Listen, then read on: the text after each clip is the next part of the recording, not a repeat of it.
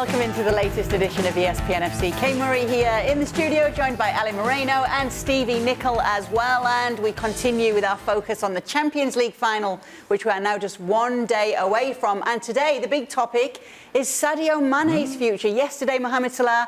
This time, Sadio Mane, though, it has to be said, his quote about it was a little different to his teammates. He said, honestly, the answer I can give you now is I feel very good and I'm fully focused on Saturday's game. That's the answer I must give before the final. But come back to me on Saturday and I will give you the best answer you want to hear, for sure. Oh, okay. It's special. I will give you all what you want to hear then. Oh, okay. Thank you. There's been rumours of Sadio. Possibly going to Bayern. Even Carlo Ancelotti's had to answer of whether Real Madrid could be a destination for him. Anyway, Jurgen Klopp himself said, the Bayern Munich rumours, I couldn't care less at the moment. He's completely focused on the game. It's not the first time in my career Bayern Munich rumours are coming up before decisive matches. Wherever Sadio plays his football next season, he will be a big player. Well, we're going to get some reaction to this from Paris. Here's Alexis Nunes and the crew with their thoughts on what we've seen. Yeah, thanks, Kay. And we've switched scenes because this is the place to be. The Stade de France in less than 24 hours now. We're going to have the Champions League final. The game will be underway. We've got Jules joining me as well as Augie. Plenty to talk about, guys. Very busy day. But one thing I definitely did not expect to talk about when we woke up this morning was the rumours linking Sadio Mane, of all people, on the eve of the Champions League final to Bayern Munich. Augie, what did you make of these? Well, we know that Sadio Mane's contract expires in 12 months, and I don't think he's really happy that all the focus has been on Mo Salah's contract, which expires in 12 months. Men and their egos. Well, so the Bayern Munich link has been there for maybe 3 or 4 weeks now, and it's not going away. I'd be surprised if he went to Bayern Munich, because I think he's 29. He's not the sort of Bayern Munich signing that we're used to. It wouldn't be a direct replacement for Robert Lewandowski. But Mane wants some sort of a bit of love, I guess, from Liverpool to say, look, I'm as important as Mo Salah, and if Salah gets a new contract, a big contract, which he may not want to sign, Sadio Mane wants the same sort of, love and affection. So I think it might drag on, but the way he's been speaking, Sadio Mane, suggests that he's going to make a big announcement after the final, and I don't think that's him saying I'm staying, because you said that before the game, surely. Jules, what do you make of it? Do you agree with Augie? Yeah, completely, and I think not just all the talk of about Mo Salah, but even between the club and Mo Salah and his agent, there's been nothing from Mane, not the start of negotiation, not even a discussion. And I think if you're Mane, you feel maybe hurt is too hard, but you feel like, okay, a bit left out. Why is it just on Salah? And I think Mane knows very well that if they give the bumper contract to Salah, the new one, around 400,000 a week, there's not enough money, I think, in the wage bill to give that to another player. So it's either him or Salah who would get the big extension. And if you're him, his agent is German. He knows Bayern Munich very well. Bayern Munich have Serge Gnabry, who is also with 1 year left on his contract. Yep. There's a problem there. He could come in and replace Serge Gnabry. Augie, what do you make of the timing, though, of these rumours and the fact that nobody's really rubbishing them either, especially on the eve of, as I said, the Champions League final? Could this be a distraction in any way? It's not great timing. I think you compare his reaction to Mo Salah's. Mo Salah's asked the same question on Wednesday, and he said, my contract is not an issue at the moment, but I will be here next season. So that killed that one for now. Obviously, it's a big issue in 12 months' time, but he killed it. Sadio Mane went the other way. He wouldn't talk about his contract, and he left it hanging. He was almost teasing people by saying, I will explain after the Champions League final.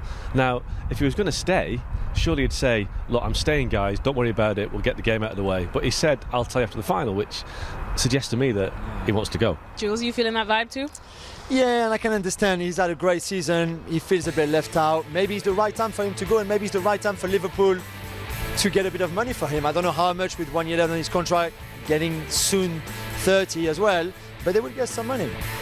All right, well, I guess we'll put that to bed for now because we have to concentrate on the big one, the Champions League final. Like I said, coming up in less than 24 hours. Augie went to Liverpool's training because we had to get some answers. There's some injury concerns going into this one in regards to Fabinho as well as Thiago Alcantara. Some people probably saying, how do Liverpool go on without Thiago Alcantara? He has been absolutely brilliant for him. What did you see?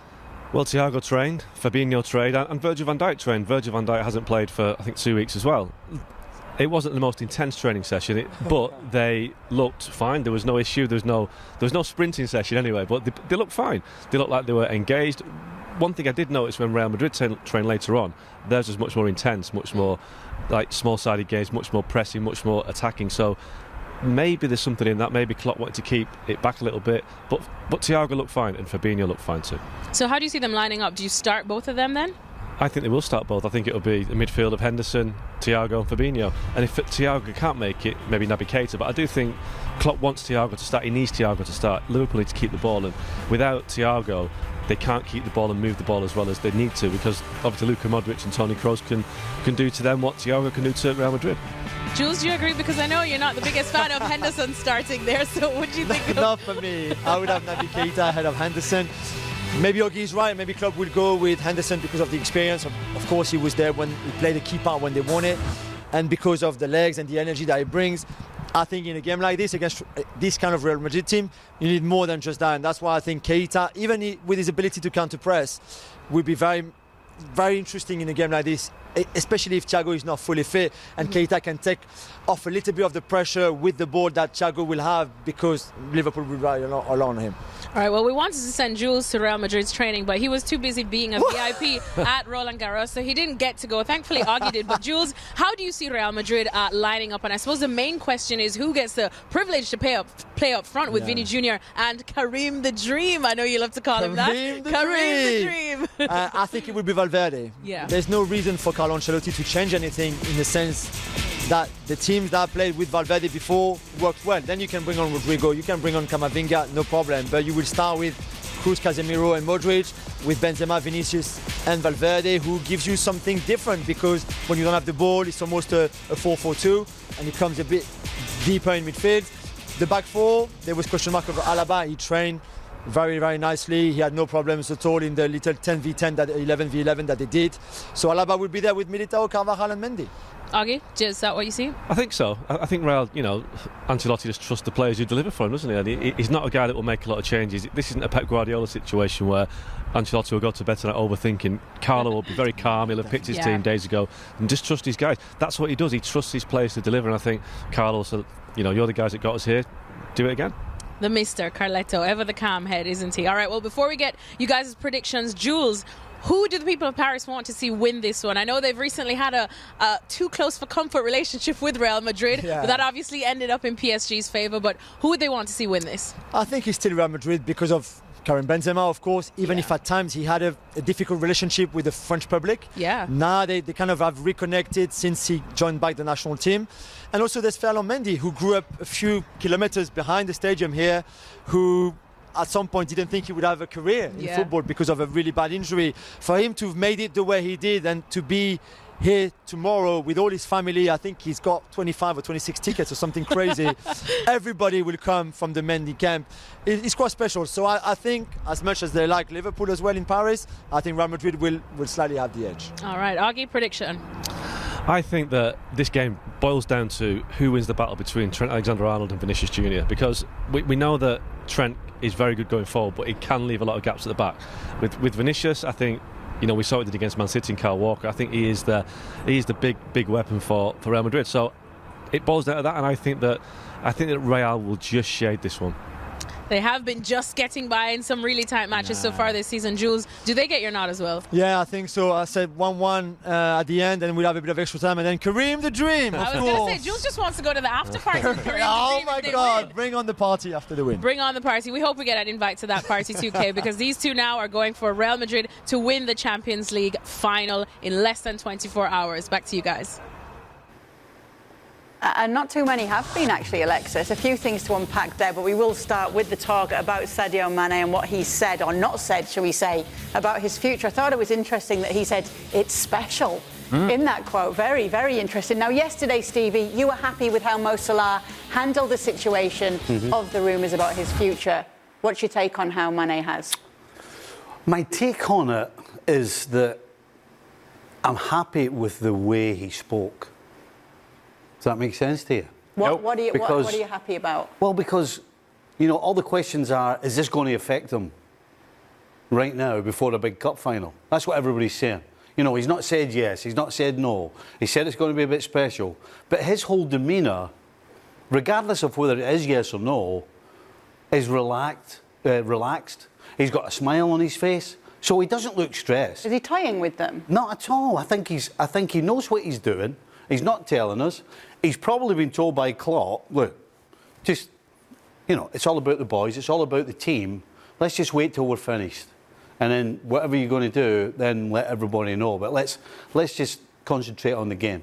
And as I said, the most important thing is his demeanour. You talk about relax and a smile on your face. Listen, somebody who's upset, not happy, feels like being left out, that Jules was saying, doesn't act like that. Unless you're not act like that. Unless you're not going to be there any longer.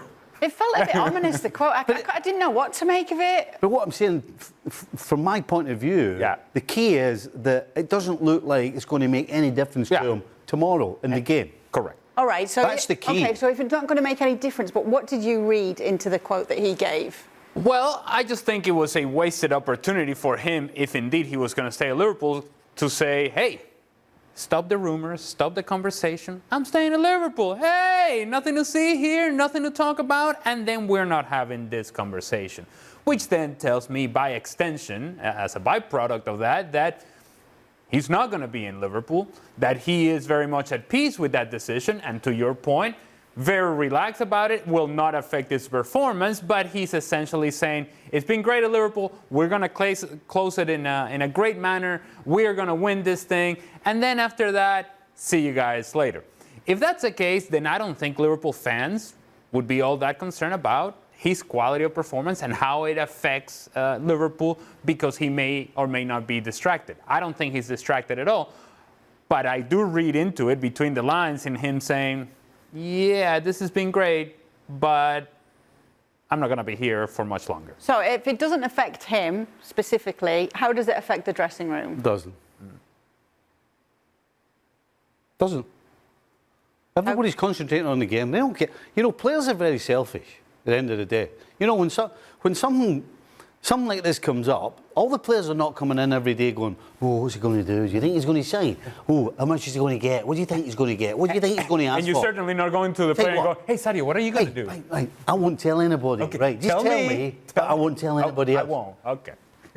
Players know this goes on, this happens. It happens every year somewhere. Not always at the big clubs, but eventually at the big clubs. And this year it's Liverpool's turn. So, it doesn't affect the dressing room at all. Now, if indeed there is validity to what the guys were saying in terms of, okay, that Mohamed Salah feels the love and Sadio Mane does not, and then Bayern Munich is willing to show him that love, then I think you can go down that path and understand that for him it makes sense to move away. But in terms of the effect on the game, the impact on his performance, I don't see it at all. I'm still not convinced he's leaving. No, I don't think Bayern Munich don't pay the money well, Ancelotti was even asked about him as a Real Madrid player, and he told the journalist, you're brave asking that at this time with this game ahead. Said, I'm not going to get drawn into this, but he's a great player. So there's a few names getting thrown out there. Well, exactly. Listen, the journalists are just doing what journalists do. They're trying to stir the pot. They try to get somebody to say something so that they can just splash something on the front or the back page, whatever suits, if they can get it. That's all that was. OK, well, we heard a couple of journalists there talking about the training session that they saw, and it does bring us back up to Thiago and Fabinho. Sticking with it, starting them, Stevie? Yeah, you've got to start them. The problem is, particularly with a hamstring, you can train and do this and do the exercises and do it all. But there is a little foible in football, and professional football in particular, with a hamstring. In a proper game, in a real game, that's where the real test comes. As I said, you can do your stretching, and you can do some running, and you can do shadow stuff. But when that whistle goes, and Thiago and Fabinho in particular have to make that quick decision, that quick movement, that quick acceleration, whatever it is, then that's the test for the hamstring in a proper game. And so, yes, you start them, but until they make that movement, you don't know. Is it worth the risk? Absolutely. Yeah, well, it's Champions League final, so it is worth the risk. And you know full well how important these two players are for the success of that midfield, playing against Real Madrid and the players that they have available. The strength of Real Madrid, while we focus on Benzema and Vinicius, the strength of Real Madrid, if indeed they're going to be successful, is trying to dominate the game through that midfield. So, of course, if you're Liverpool, How do we counteract that? Well, the quality of possession of Thiago Alcantara and the quality of movement of Fabinho defensively and how he's able to cover spaces. Now, to Stevie's point is, okay, that hamstring, not only as a player are you concerned about, if I make this movement, am I going to expose myself and is this going to get worse?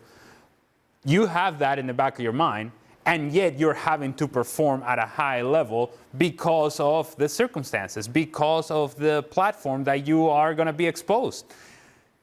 So you have to make a conscious decision as a player to, look, I'm going to go. I'm going to play. If the hamstring goes, then so be it. But you cannot go out there trying to protect it and nurse it and make it through 90 minutes and not be able to make the quick decision or the quick sprint or get to the space or get to that space because you're protecting the hamstring. That's the part that I would be concerned. If you think, you know what, I'm not going to get there because I don't know that I can trust it, then Liverpool have a problem. So that's to do with injury and whether a manager decides to play them. We also heard them talking about Real Madrid, LA, and starting Valverde over Rodrigo. There's a feeling from the Madrid camps, from the journalists over there, that will be the case. Do you think it's the right decision from Ancelotti? 100% the right decision from Ancelotti. And there are two ways to look at this. In the case of Valverde in particular, when you look at Real Madrid and you look at that midfield that I just mentioned, if they're controlling the game, if they're controlling possession, everything is good, everything is smooth. But if they're in a back and forth, you need speed. Real Madrid does not like speed when they're being attacked. And that midfield does not like speed around them. And so you need athleticism. Where do you get that athleticism? It's from Fede Valverde, because he's able to cover the ground offensively, but more importantly, he's able to cover the ground defensively where he can give you help. He can add numbers to that midfield for Real Madrid. The other thing that you do in starting Valverde ahead of Rodrigo is, if you need a spark off the bench, you have it in Rodrigo. If you need somebody to change the game, he has proven that he can change the game, that he can be a difference maker. You don't want to limit yourself. If you put Rodrigo out there, then who changes the game for you if you're Real Madrid when you need it late in the match, when you're chasing? What do you do? How do you react if you have limited options? I think from both perspectives, it makes sense for Carlo Ancelotti to start Fede Valverde. And then there's a huge feeling from many that a big part in this game will be who wins that battle between Vinicius Jr. and Trent Alexander-Arnold. First of all, who do you think is going to get the better of who? Who's going to come out on top? And as Mark says, do you think it will have a factor on the outcome of the game? Well, there's a couple of answers to give you here. And I'll answer the question you asked, right? Which is, if Vinicius Jr. gets the ball consistently and gets after either A, the space that Alexander-Arnold leaves, or gets one-on-one with Alexander-Arnold, there's only one winner. And it's not Alexander-Arnold. However, as important as a duel as we're talking about here with Vinicius and Alexander-Arnold, we seem to forget that you've got two fullbacks that Real Madrid have that, in my opinion, are not particularly brilliant defenders either. And one of them's up against Diaz. And guess who the other one's up against? So, as important for Liverpool as Vinicius, how Vinicius is handled, it's just as important for Real Madrid that their two fullbacks don't get left one-on-one with Liverpool's attackers, because it's the same argument. Both sides of the field, Mo Salah and Diaz, against Mendy and Carvajal. So if you want to look at a positive point of view for Liverpool, it's 2v1. Because there's only Vinicius on one side, because as Ali said, Valverde, 100% is going to be in there to do that job that Ali was talking about. And I'll bet you Klopp's already picked their team. Never mind Ancelotti. Klopp will have picked their team, and what you saw on the board that the boys put up, 100% will be their team. Because Trent's obviously been asked about it. He was in one of the pre-match press conferences this week, just the latest one actually, and he did mention, you know, there's going to be battles all over the pitch. We've got a plan anyway. In this specific battle, though, Trent against Vinny, who's coming out on top, Ali? A lot of it will depend on the moments of transition for both teams. Trent Alexander-Arnold likes to get forward, and I think Liverpool depend on his service from that right-hand side. And so if he's indeed given the freedom to receive the ball in the attacking half and have the ability to serve the ball for Liverpool, and Vinicius is nowhere to be found, that means that Vinicius is cheating defensively. If Real Madrid do not address that, Trent Alexander-Arnold will continue to park himself in that sort of position, and Fabinho will cover for Alexander-Arnold. That's going to be the logical move for Liverpool, and that, okay, once Trent goes up, Fabinho then covers Vinicius Jr. If Vinicius, as we said, is going to cheat defensively, but then he has the ability to be isolated, attacking that space, attacking Fabinho, or attacking Trent in transition, it means that Real Madrid has been able to force turnovers through the midfield. And that's where Real Madrid is going to find either success or difficulties. If they're not getting close enough to people defensively through the midfield and they're not able to force those turnovers, then Vini Jr. parked up top is not going to help you because you don't have the outlet. You don't have the ball to find the outlet. That is the key for me. Not so much Trent against Vini, is what do we win here in the midfield so that then we can either find Trent going one way or Vini going the other way.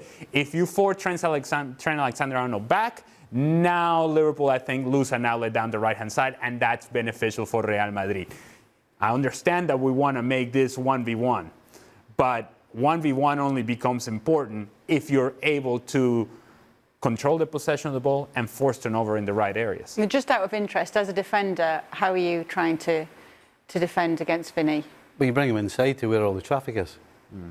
Listen, if you know he's faster than you, you can't give him the outside because he'll just knock it past you. He doesn't need to do 16 step overs and 3 triple saltos, you know. If I know, I mean, you know, football's a simple game that's complicated by players sometimes. You know, if I know I can outrun the guy I'm playing against for fun, then I just knock it past him. So you can't show him the outside. You've got to try and take him somewhere where it becomes 2v1 or 3v1. Or you just take him inside to where, as I said, all the bodies are, and then you get help.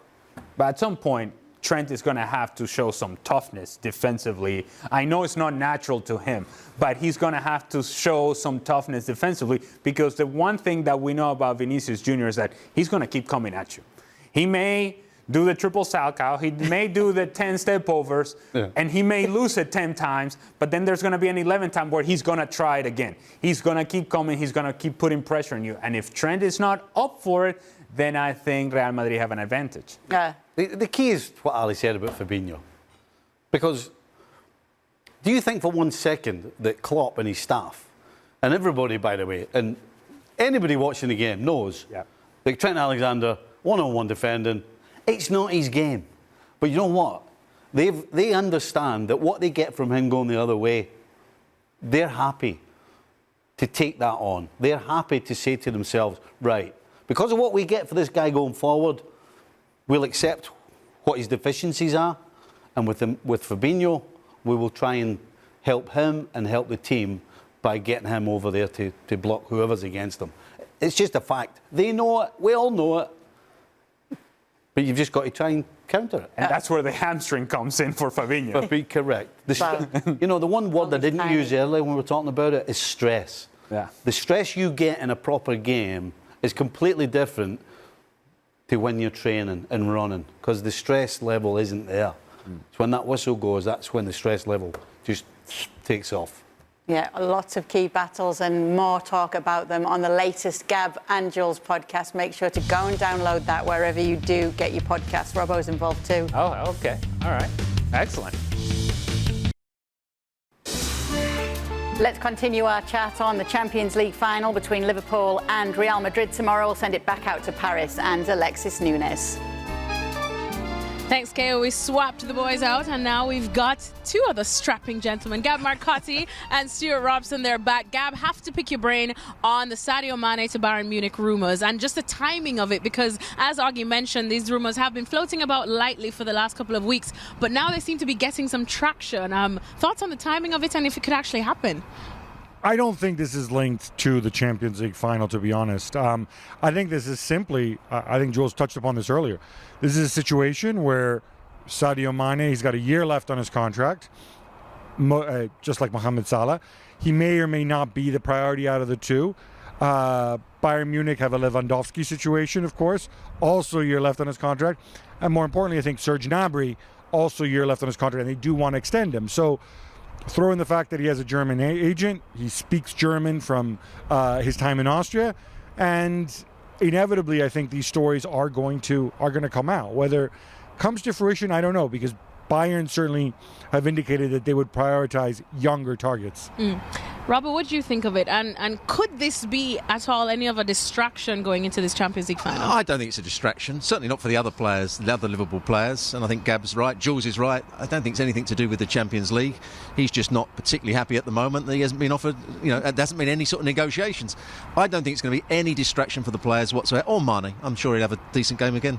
So all mind games that we know definitely love to come to the front before these massive matches. Well, just speaking of this one as well, with the most respect to Bayern Munich, but why would Mane want to leave Liverpool? They're definitely, I suppose, in almost everyone's top two best teams in the world right now. They could have probably gotten a quadruple. They went down to the very last day of the Premier League. They just missed out on that title. They have a great chance. They are favourites going into this Champions League final. So why would he want to leave Liverpool to Bayern Munich? I don't know. It's a question of him wanting to leave. I think it's a question of him wanting a contract. In a year's time, June 2023, unless he signs a new deal, he's not going to be able to play for Liverpool. So you could look at it and say, oh, why don't you stay and run out your contract? But would that be advantageous to Liverpool if they're not going to extend him? I mean, this is always the thing that we have to remember. Liverpool spent money on Jota, they spent money on Luis Diaz and stuff. In some ways, they have the replacement for one of those two guys, which is a very, very smart situation to be in. At the same time, you could afford to let one of your two stars go if you get the right price, rather than losing them for nothing at the end of the season. Liverpool do not have limitless funds. They have to run themselves like a real business. Robert, what do you think? He still seems like quite a fan favourite at Liverpool, so why would he want to leave? As Gab said, because there might not be enough money for him and Salah, and he wants as much money as probably Salah's got. They've got two replacements saying for him. They're both greedy. No, they're not greedy, but they want to be they know their valued. They want to be valued. He's been a top-class player for Liverpool. And, you mentioned about Liverpool being, could have been quadruple winners. Going to Bayern Munich wouldn't be a bad move for him. No. He's still going to play top-class football. He's still going to be an outstanding player. He could take the place of Lewandowski if need be. He could take the place of Gnabry. We know he can play in two different positions. So he'd be the ideal replacement at Bayern Munich. All right, well, just the other day we were talking about X factors on both Real Madrid and Liverpool. Let's talk about Real Madrid now. Somebody that definitely has stood out this season. I got to have the privilege of seeing his debut, where he scored on debut for Real Madrid at the Santiago Bernabeu. Eduardo Camavinga. Gab, just how tempted would Carlo Ancelotti be to start him, especially when we talk about the aging midfield of Real Madrid, and we saw exactly how much he can affect the game in a positive way after that semi-final turnaround against City? That's very true, but of course he affected the game off the bench. I think long term, any manager gets excited about that right foot, left foot, Valverde-Camavinga combination. But you have Toni Kroos there. You've got Casemiro there. You've got Modric there. You can only send 11 guys out onto the pitch at any one time. I think I wouldn't exclude the possibility of a Carlo curveball. But I don't think it would be something like Camavinga. He's been very loyal to his players. The players have responded. They've been loyal to him. Being able to take him off the bench for an energy boost is a real luxury and could be decisive in a game like this. And the other problem with Camavinga, if you started with him, which I don't think he will, Camavinga, in most of the games that he started, gets booked fairly early on in games, and then he's under pressure. And Carlo Ancelotti's actually taken him off at half-time in about 3 games this season because he got an early booking. So he's going to start with Kroos, and Camavinga will probably be a replacement at some stage in the game. Well, we were just talking about Real Madrid's potential 11. We had Jules say exactly what he's expecting. We know Carlo Ancelotti is a man to stick to his guns, stick to his ways. He does keep a calm, cool head as well. Very rarely gets too flustered, unlike certain Italians here as well. Gab, how much tinkering with his team can we see, or how late or how much does he wait before he makes these big decisions? I mean, pre-game, assuming Alaba is fully fit, I wouldn't expect that you're going to see a change, especially knowing that, again, the indications are that Fabinho and Thiago will both start. Were one of them not starting, if we would see, maybe more Henderson and Milner in there. Maybe he might be tempted to play more of a possession game, maybe change things around a little bit in his approach. As it is, I think the only potential curve might be starting Rodrigo for Valverde, and I don't think he's going to do that. I think he's going to go with the lineup that got him here. During the game, obviously, you can bring Rodrigo off the bench for change of pace. You can bring Asensio, who I think in some ways has been overlooked. And obviously, you've got the Camavinga factor. So you can rely on all those things. You can bring in Nacho as well if you need to bolster up a little bit at the back. If Liverpool send on more strikers, or if you're having difficulty handling Diaz one-on-one. So you have those alternatives. I think Ancelotti, he doesn't toot his own horn, but I think he'd be pretty confident in his ability of as an in-game manager, making the right substitutions at the right time, and I think he wants to keep his powder dry there. Robert, do you foresee any curveballs? No, I think the first change that he would normally make, if they're struggling, I think Rodrigo would come onto the right-hand side, and he'd take Toni Kroos off, Modric would go to the left-hand side, and Valverde would tuck in on the right-hand side of the midfield three. I think that'd be the first change, and then Camavinga might be the next one to come on to add that little bit of bite and that little bit of energy to get Real Madrid back into the game. But he's not going to make too many changes before the game. That's what he's been criticised in Spain for not making too many changes, playing with the same line-out week in, week out. But it's actually worked for him. It's worked brilliantly for him. The players know exactly what the system is. They've formed these combinations all over the pitch, and I think he's done an excellent job. The one wrinkle I would throw in there, though, which might make this slightly different, is for the past 3 weeks, they've basically rested, right? They've played some games here, some games there. He's never had this luxury. So I'm just wondering if maybe that might prompt a slightly different approach, if his indications are that maybe they had a mini physical top-up, some kind of shortened preseason in there, something that might be the only thing that might prompt a curveball at this stage. All right, well, we have something special coming up for you guys, but before I get it, let me get some quick predictions. Gab, starting with you, now that we're less than 24 hours away. I find this so hard to call. My prediction is that it's not going to extra time. But you want to win it, don't you? Come on. All right, okay, all right. I'll say Real Madrid 2-1. Real Madrid 2-1. All right, so he's sticking with Jules and Augie's picks. I'm going to go with Liverpool 2-1. I stay with what I said yesterday. Frank said 3-1. I said 2-1. I'm sticking with it. Liverpool. All right. Well, if you thought that this game was the only spicy thing that we're treating you to this weekend, have a look at this special feature. It's how we like to predict things during the UEFA Champions League final week. I'm just going to say it has to do with Frank Leboeuf, Stuart Robson in aprons. Have a look. As you know, here at ESPN FC, every year when it's leading up to the Champions League final, we like to do a nice little predicting game where we try to predict the winner of the Champions League final in a very creative way. So forget when in Rome, because this is when in France, and when in France you make croissants, right? So I've got Stuart Robson and Frank Leboeuf, who is here, and they're going to be representing the two teams in the final. Robbo is going to be representing Real Madrid. And Frank, you're going for Liverpool. Liverpool, yeah. That's because he hates Real Madrid. He's angry that Real Madrid dumped out Chelsea, right? A bit. A bit. Just a bit. You guys ready? We are. Let's go for it. We're ready. Let's bake.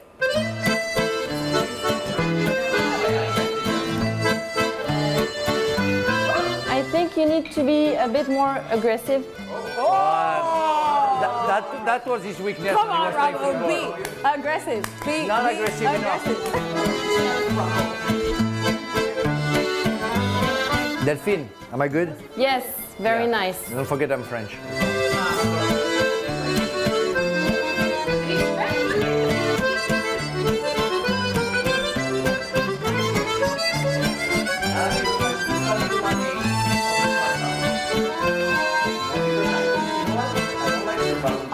Now it is the moment where we can find a winner in this prediction game. The croissants have been made, the pain au chocolat have been made. Mine are perfect, but they're just too good to be added to go up against these guys. So it's between Robbo, who's representing Real Madrid, Frank is representing Liverpool. Delphine, I know you know which ones are already going to win. Well, before we go on. Oh yes, before. Just before we go on, it's all about who was listening the hardest, who paid attention, who tried to do the right things. Robbo, you can't not just about all this wit and all laughing around. Okay, all the time. he has his words. He can say whatever he wants. But don't forget, with me, you will never walk alone. Oh, geez. So I would just congratulate you for the croissant, because you both made some really nice croissants. And I would say that I feel like Stuart's pain au chocolat are rolled a bit better. Oh, Just because here the scene is too much offside. Well, but it works because You weren't, Frank, you weren't listening. You weren't listening, Frank. She's right, but it doesn't look like a pain au chocolat, those ones, or whatever. So I would say 7 out of 10 and 8 out of 10. So it's very close. You know what? You play crap, and you win. Like Real Madrid. So Real Madrid is the winner. If we're going to go by our croissant pain au chocolat challenge, that means Real Madrid, thanks to Robbo, will win the Champions League final come this weekend. And you know what? The way things have been going for Real Madrid, it's not out of the ordinary. So even though Robbo went with Real Madrid, I'm a good he's a good listener. He flirted his way out of it, though, Gab. He certainly did. I think she really, really likes her. She has a thing for... He also told her she has a nice smile after. Did Well, she he? did have a nice smile. There's no question about look that. at Robbo. What a strapping And gentleman. it's And I won. And it's obviously not a bald thing because obviously Frank was pretty well versed in that category as well. Yes, Frank is absolutely offended. That's why he couldn't come here tonight, but he'll be back with us tomorrow. Don't you worry, Kay. But as for now, look at Robbo. He might have to come over to Bristol so that he can make croissants and pain au chocolat for all of us. Yeah, Frank's croissants not World Cup winning, shall we say. For more on that segment, go and check out our YouTube page over ESPN FC. Subscribe there for more content like that. There you have it. Real Madrid are going to win the Champions League because of Robbo's croissant. I got that wrong, by the way. It's not about what it looks like, it's how it tastes. Are you a chocolate croissant fan? No. No. But you've just been, you tried garlic fried rice the other night. You've been trying some new things. Baby steps, one step at a time. Why not a chocolate croissant? Who doesn't like a chocolate croissant? Oh, pain au I don't chocolat. think I've ever had a chocolate croissant, actually. All right, I'll bring you one in. See what you think. Right, please. All right. Cook it. LA? What? You a fan of French pastries? I tell you, this particular way of figuring out who's going to win the Champions League was biased and skewed from the very beginning. This, Here. to be honest with you, there was no chance that Frank was ever going to listen to anybody to tell him how to make a croissant or pain de chocolat. I can sense him. I can see him. I can picture him just ignoring whatever he was being told. And he's like, you know I'm Frank Leboeuf. I won the World Cup. Huh? With France. And you're going to tell me how to do this? I'm surprised they actually produced anything because he was just talking so much. I'm surprised they got anything done. They did say he didn't listen to a word. Well, that's what I'm saying. Yesterday. That's what I'm saying. And whereas I can picture Stewie going like step by step, and you know how he was looking at that dough and he was like rolling it, and everything was very exact. There was no hope for Frank in this particular competition, if you want to call it that. Frank even told the woman who was the expert that he knew better than her. Yes. That's what Frank's like. Yeah. But what chance? So this battle didn't really mean anything then, as you can see. But one battle it will that I want to touch on that we didn't get to is the battle between Virgil van Dijk, especially with the fact that he's had a bit of time out to rest ahead of this final, and Karim Benzema. How do you see that one playing out? Well, they always say it's easier to defend than it is to attack. And so I'm going to go with Virgil van Dijk. You know, the one thing with Van Dijk's injury is that he doesn't want to have people running in behind him. And certainly Benzema's not going to be doing that. So the one thing that Virgil van Dijk does not want isn't going to happen. Everything else he can deal with, whether it's Benzema or anybody else. So I think Virgil van Dijk will come out on top of Benzema. Because Stevie, he'd said that he feels good ahead of this, Virgil van Dijk, that he did want some time out ahead of this. Are you okay if you've not? Are you all right to have that time out to then go back into a game of this magnitude? What, 2 weeks? Yeah. It's not like 2 months. I mean, so he misses one game. Right. So it's not a big deal. Well, actually, it turned out to be 2 games. But so you've sat out for 1 week, basically. That doesn't affect anything. That's a nice break for somebody that's played a lot of games. That's all, nothing else. And while we may focus on the potential matchup of Van Dijk and Benzema, when we talk about Karim Benzema, one of the things that we mention time and time again is that he's able to pop out in different spaces, that he will end up at one point or another inside the 18-yard box, but he may start the sequence down the right. He may be underneath. He may be combining on the left with Vinicius Jr. That's what makes it challenging to keep up with Karim Benzema. That is not, hey, I got you and I got you for the rest of the day and that's it. It's you and me. No. Yeah, there'll be moments in which it will be Van Dijk against Benzema, but it's going to be whoever else is in that back line for Liverpool having to address, okay, where is he and how do we keep up with his movement? And it's not only the back four, it's also guys from the midfield helping out when he drops underneath. That's the part that is going to be very challenging for Liverpool to address Benzema. It's not the 1v1. In the 1v1, Van Dijk is better than most. It's the rotation and the movement and the freedom that he has to go in different places. It's been well documented that Liverpool are the favourites coming into this game. Yesterday, everybody went for Liverpool on the show. We've heard from our guys in Paris today, a lot more going for Real Madrid. Jules, Mark Ogden, Gab, when pushed, went for Real Madrid. Robbo, even though he won the croissant competition, actually did go for Liverpool. We promised everyone Stevie's prediction on this show, so I'll come to you last on this, Stevie. Ali, who are you going for? And how is it going to play out? Well, I can tell you that I was coming into the show thinking, yeah, this is all Real Madrid, just because of how they got here. It almost seems as if they're destined to win this, and how many times they were left for dead, and somehow here they are, once again, with a one-off opportunity to win Champions League. But to hear Gab pick Real Madrid gave me all sorts of despair. It makes me feel all sorts of uncomfortable. And to hear now people that were not picking Real Madrid earlier in Champions League, before all these comebacks, and to hear them say, well, no, now Real Madrid, I think they're favorites coming in. I think Real Madrid has thrived in the role of sort of, yeah, it's us against Manchester City, it's us against Chelsea. Yeah, we're not playing well, and somehow we find a way because of this spirit, because we believe, because it's our history. It is our destiny indeed. But then now more people are picking Real Madrid. That makes me nervous. However, I don't care if I'm nervous. I'm not nervous the night before a big game. I sleep very well. I'm going to say Real Madrid continue the run and they finish it off against Liverpool because of my concerns in the midfield for Liverpool. If those guys are not quite right, both Fabinho and Thiago Alcantara, it will show on the field. And if it does show, I think it gives Real Madrid an advantage. Stevie? Well, if you believe in hocus pocus, then you go for Real Madrid, right? Because that's all it is. Focus. I've got the hocus pocus on Liverpool. Oh, Liverpool shouldn't even have been in the Champions League this year because they had to rely on a last-minute winner from the goalkeeper, from a header, to actually get in the tournament. So there's if you want hocus Real Madrid's world-class players. If you want hocus pocus, then there's your hocus pocus for you. How about we concentrate on what they're capable of doing on the field? How about 6-0 Liverpool? Take the names away. I will take the names away and put two other teams up. I will always go for the team who are more consistent and who produce a certain level of performance every single time they step on the field. Not the league winners. Excuse me? Not the league winners in La Liga.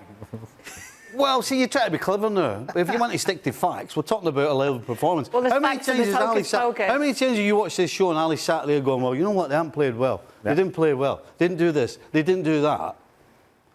Right? So I'm going for the team. I'm going for the team that's like that every time they step on the field. And I'm certainly not going for the team who were completely outplayed against PSG, completely outplayed pretty much against Chelsea, completely outplayed by Man City. But somehow this team, the great thing about this team is they get it done. Well, I'll tell you what, if you're relying on, well, they get it done. If that's your go-to, well, we just get it done. How about you go with consistency and quality, yes, but don't go with your hocus pocus and your we'll get it done. So that's why I'm not going for Real Madrid. Because they're rubbish. I never said they were rubbish. I just said I'm not into hocus pocus, and they haven't been consistent. All right, so what's they the may have score won prediction? some games, but they haven't been consistent. What's the score prediction? Hocus pocus. 2-1 Liverpool. All right. We're going to get it done in the 90 minutes, yeah. Hocus 2, Pocus 1. Hocus pocus. We'll thank you. find out tomorrow. Dan will be back with the crew looking back on the Champions League final to see They got to win because they get it if there done. was any hocus pocus. It's the destiny. Who are you talking to, Steve?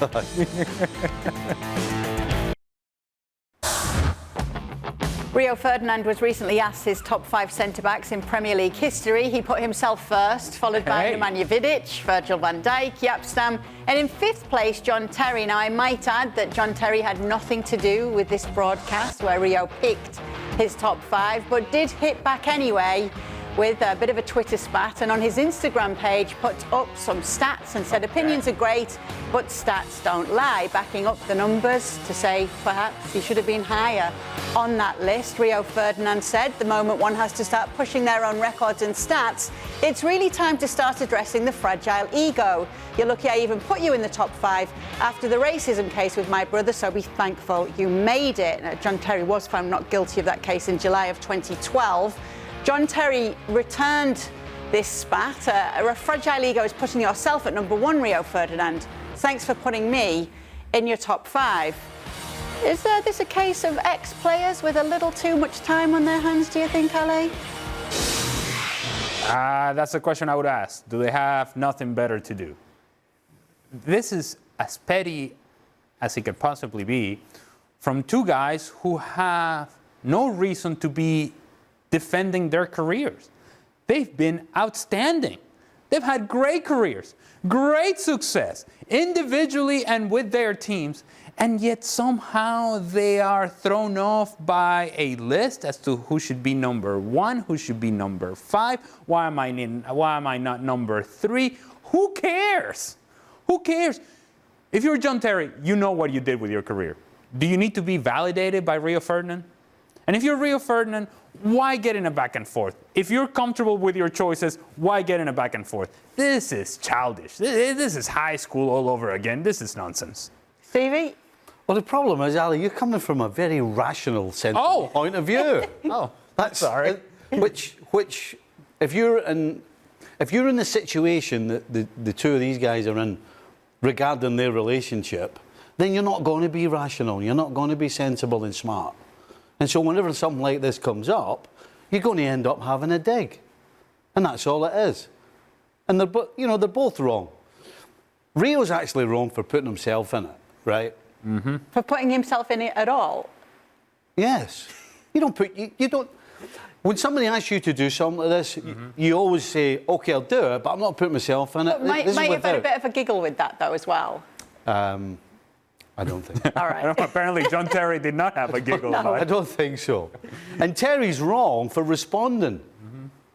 So they're both wrong, but it's not a surprise. Listen, the feud between these 2 guys will last forever. Forever. And so it's actually not a surprise that they're having a go at each other. But from a professional point of view, though, you don't put yourself number 1. Sorry. So, 2 wrongs don't make a right. No. But they're both wrong. They're both wrong. I mean, unnecessary. This is so completely unnecessary. All right. Well, we'll have a few questions for these 2 guys in the latest edition of Extra Time. We make sure that we don't ask them to put any lists together, though, just in case. You can keep up to date with Extra Time by subscribing to our YouTube page. And there are some big games when it comes to finals. The Championship playoff final coming up on Sunday. Who is going to be promoted to the Premier League between Huddersfield Town and Nottingham Forest? It's the one that we always have to say is the most lucrative fixture in football. The winner of that one definitely will have a cash windfall coming in, shall we say, and some very stressful fixtures next season too in the Premier League. Extra Time coming up next. Make sure you stay with us. Hello and welcome into the latest edition of Extra Time. Just Ale and Stevie with us tonight. So... Is that okay? It's all right. I don't care. It's okay. You seem very underwhelmed. Don't get too carried away. Everyone else is in Paris. In fact, why does he go like that? Crumple it up, chuck it, say, see you later, we'll just go home. No. Because he's too boring, old geezers. No. Well, we'll see how boring it is. We'll rate it at the end, shall we? All right. First question. Stevie, if Liverpool win tomorrow, will Klopp be regarded as the best manager in club history? He would have won 1 Premier League title, 2 Champions League titles, few other cups, and has consistently had a competitive team across all competitions. Listen, as great as he is and has been, he's got a little bit of catching up to do. Nobody's ever going to outdo Shankly. I mean, it just won't ever happen. Next in line's got to be Bob Paisley. I mean, Bob Paisley. We've seen what's happened at Manchester United, trying to go after Alex Ferguson. Can you imagine trying to go after Bill Shankly? And what did Paisley do? Not only did he go after it, he exceeded it as far as trophies were concerned. So, as great as Klopp is, he's still got a little bit to go to reach any sort of stage like that. So if you could read that question then as just being club history, as in all clubs, he definitely isn't anywhere near there then. Well, I would say that, no question, as I said, Shankly's the top guy. And then there are 3 managers whose imprint in the club will last forever as a manager. And that's Paisley, Dalglish and Klopp. But that's at Liverpool. Liverpool. What if this is meaning club history, as in domestic football history? Is he way off then? No, I don't think so. So if this includes everyone? Listen, if this includes everyone, there are. So we're talking about 100 years of history here, right? So in the 100 years of history, you could probably pick, in England, you could probably pick half a dozen straight off the bat, and after that you're struggling. And we're talking about 100 years. And if Klopp was to walk away from Liverpool tomorrow, there is no question that he will be remembered for what he's done in the game. For his character, for the trophies, for the way he plays the game. I mean, there are half a dozen managers in the course of the English Premier League history that have made an imprint on the English game. And he's one of them. There aren't that many. So overall, Klopp is going to be up there? Absolutely. Right. Ale, if Ancelotti wins tomorrow's match, where would he be ranked in the history of managers? All over the place, huh?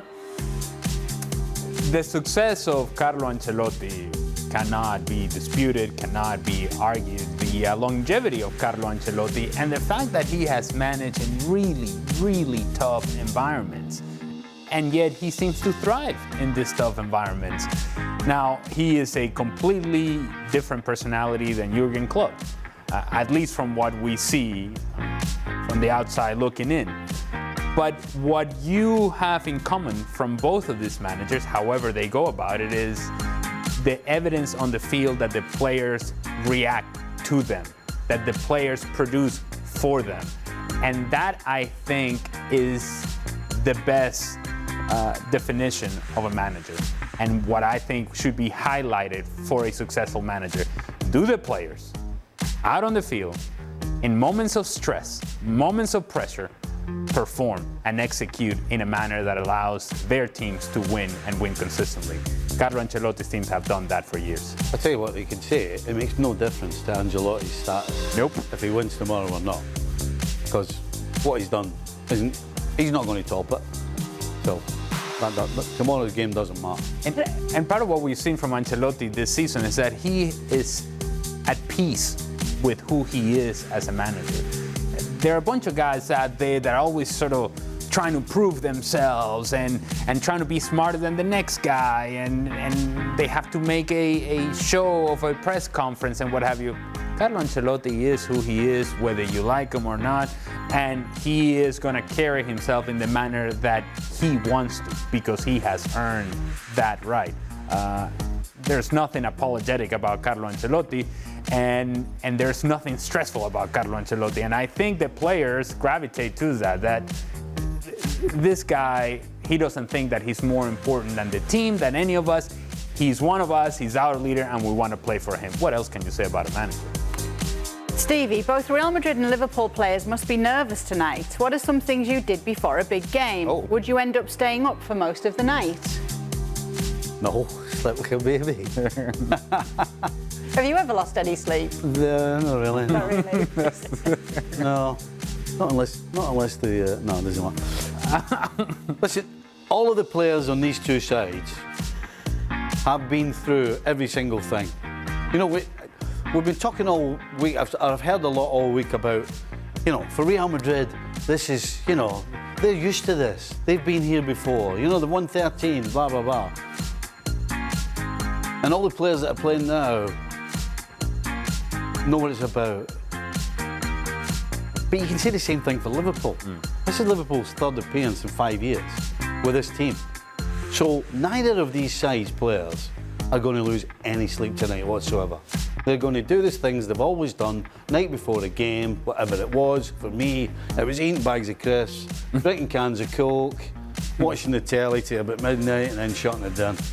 Dead easy. No problem. I don't think that's what's going on nowadays. Ali, how are you before a big game? I think the approach I took in moments of high pressure, big World Cup qualifier, Copa America semi-final, is I've done the homework, right? I've done the studying. It's almost like a final test. You can't, the night before, you can't just cram everything in and try to be successful the next day. That doesn't work. So if you feel like your preparation has been correct and you've done everything that you can to be ready for the game, then you sleep soundly and deeply, and then you wake up excited about what's ahead. However, if you're the kind of student that has been panicking ahead of this big final test, then you wake up that next day, however much sleep you got, you wake up nervous about the outcome.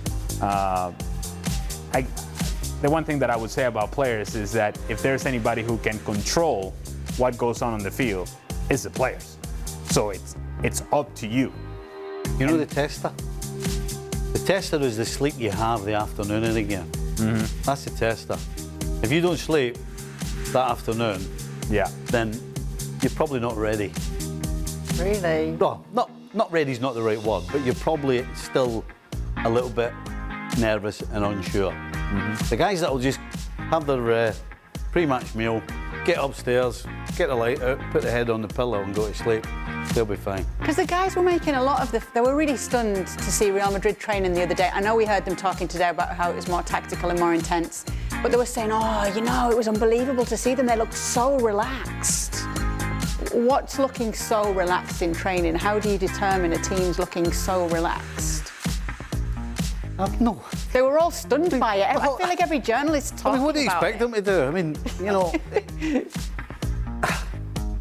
Well, you don't want to... The test is not when you're watching Real Madrid and Liverpool. You know, the test is when it's a team that's come from nowhere. This is the first time they're at the ball or the big game or whatever you want to call it. Then maybe you could see some nerves. Can you see nerves in a training session, do you think? Well, for a team that's never been there. Right. And again, you'd have to spend time at the boat to actually turn around and say that. It's not right, because not just our guys. I've heard it on podcasts from different sets of different media. They were all so stunned at how relaxed Real Madrid looked in their training sessions. Listen, if you've been to different training sessions throughout the season and different times of the season, then you'll be able to tell on this training session 2 days before a Champions League final whether they're relaxed or not. Right. You'd have to spend some time. But it's not unusual for teams to have a laugh and a joke and a carry on every single day. And from our retirement, what is it that we miss the most? That most guys that retired miss the most is that. Carry on. It's the back and forth with other players. And if you can't have that with your teammates in preparation for Champions League, I mean, this is in fact the moment in which you feel proud of what you have achieved and excited for what's ahead. That's why you can have a laugh. Now, as you get closer to the game, then you start focusing in, you hone in into your job, into your teammates' job, and everybody knows, okay, it's a moment to dance, if we're gonna dance in Stevie's ball. And people like Ancelotti and Klopp, I think, are perfect for doing that, making it relaxed. You know, a lot has got to do with the coaches as well. In '84, when we played in Roma, right? Our preparation the week before was getting drunk down the beach, right? Their preparation was spending 2 weeks in the mountains, away from everybody, training every day and getting focused. Now, I'm sorry, but who wants to go away to the middle of nowhere for 2 weeks and having intense training every day? You talk about draining the energy out of you. And the moral the of the story excitement. is? And the moral of the story is, Roma didn't play well and they lost the cup final at home. So it's sometimes about the manager as well, to make the players relax. Perfect for the next question. For Ale, did you ever consider becoming a manager like Stevie? What would have been your style of play had you been one? Well, who says I'm not going to be a manager in the future then? I say. I think it's a little late, Ali. I say. Are we going to have a special announcement tomorrow after the Champions League Look, after the final? Champions League final, it's going to be special. It's going to be special. Look, I think the best that I would want from my team would be a bunch of guys who enjoy being around each other and who are fully committed to what we're trying to do as a group. Maybe we're not the most talented. Maybe we don't quite have the big name players, but man, do we have character and personality.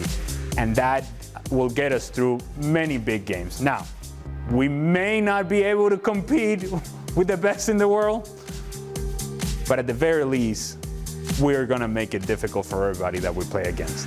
That's sort of the personality of the team that I would want. Would you let Stevie come in and give them a team talk? Absolutely. I've said this 1,000 times. I would have loved to have played for Stevie Nicol. I would have loved. And not only now that I know him, I've known him for a few years, is players talk. And even when I was a player, the ongoing conversation about playing for Stevie is that it was a different experience. I can back that up because my friend's an MLS commentator and the guys in the team that he commentates on have said the same, the guys who played for you, that they had a lot of fun playing for you, shall we say. For Stevie, if you were playing today, who would be the striker that would be the hardest to defend against? It would be somebody like Benzema.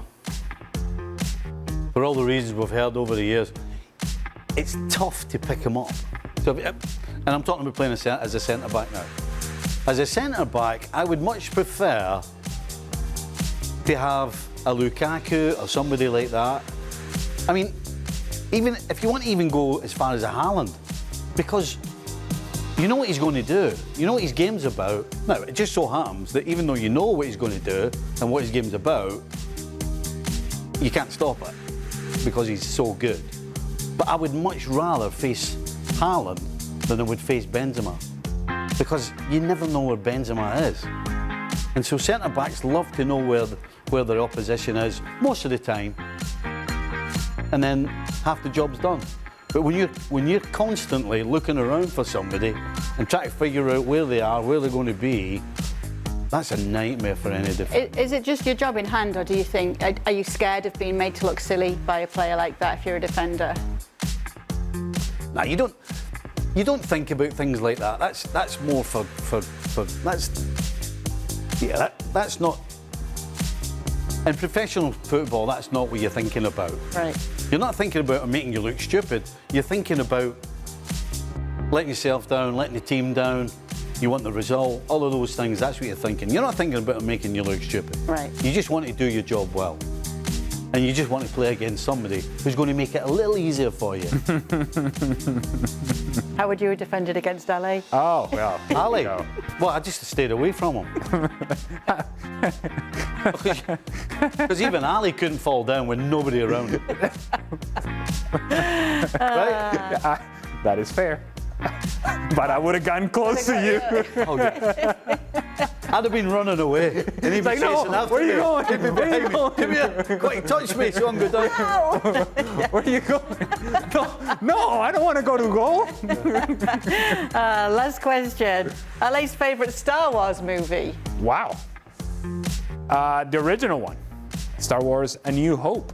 That's the one that started it all. Now, this prequels that came after, I couldn't keep up with what was going on. But the first one and how I think it changed sort of the way that you watch movies, and it was exciting and it was something different, and the characters and Darth Vader and Yoda and Luke Skywalker and the lightsabers and all these things, all these special effects that perhaps we were not so familiar with, and the scene of the fighter Jedis getting into the Death Star and I remember sitting in the bed in Venezuela and like fighting as if I was a Jedi into the Death Star, trying to kill the Death Star and destroy it.